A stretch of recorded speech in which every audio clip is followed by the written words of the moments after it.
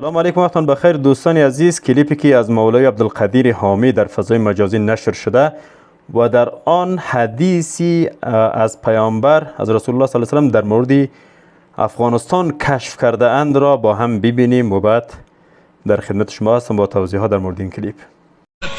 پیامبر بزرگ اسلام صلی الله علیه و سلم می فرماید موجم البدان تاریخ جهان اسلام است.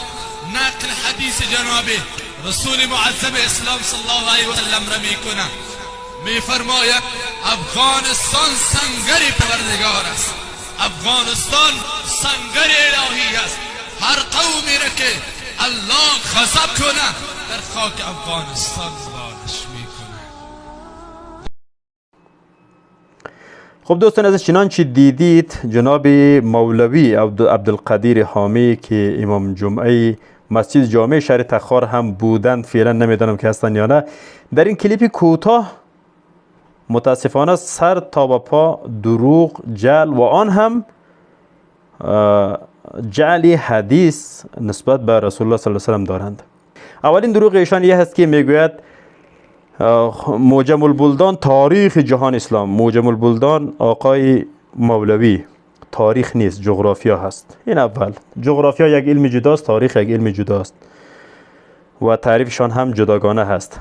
چنانچه از موجم البلدان از نامش پیداست در مورد شناخت اقالیم، شهرها و آبادی ها و خرابی های ممالک است.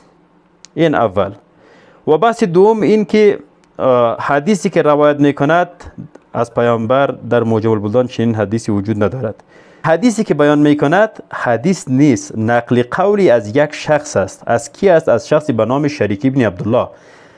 و قد روی عن شریک ابن عبدالله. از کی روایت شده؟ از شریک ابن عبدالله روایت شده. شریک ابن عبدالله کی است؟ قاضی هست که در سال 713 در بخارا به دنیا می آید و در سال 794 در شهر کوفه عراق وفات می کند و در زمان خلفای عباسی قاضی بغداد بوده این شخص.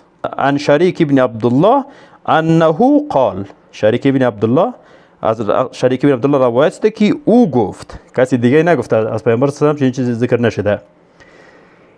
و جالبش است که به نام مولوی منبر دین و کسی که به نام اسلام نان میخورد، از این که نام خراسان که نام پر افتخار در تاریخ اسلام هست و علمای مسلمان زیادی از این سرزمین ظهور کرده و یک جغرافی پر افتخاری هست، از بردن نام خراسان در کتابی که 12 صفحه، همین یاقوت حمید 12 صفحه در مورد خراسان توضیح داده و این روایات را هم در همونجا ذکر کرده، از بردن نام خراسان خجالت میکشد یا شاید هم میترسد، ولی میآید نامی را که انگلیس بر مناطقی از اقوام افغان نشین در جنوب افغانستان و شمال پاکستان، مناطقی که قوم پشتون زندگی میکردند، بر آن مناطق افغانستان گذاشته بود، از این نام دفاع میکند و حتی با بیشرمی تمام با پیامبر صلی الله علیه و سلم حدیثی جعلی نسبت میدهد.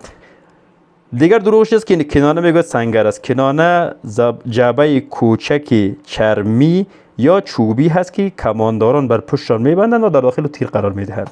تو خود حدیث مفصل بخوان از این مجمل.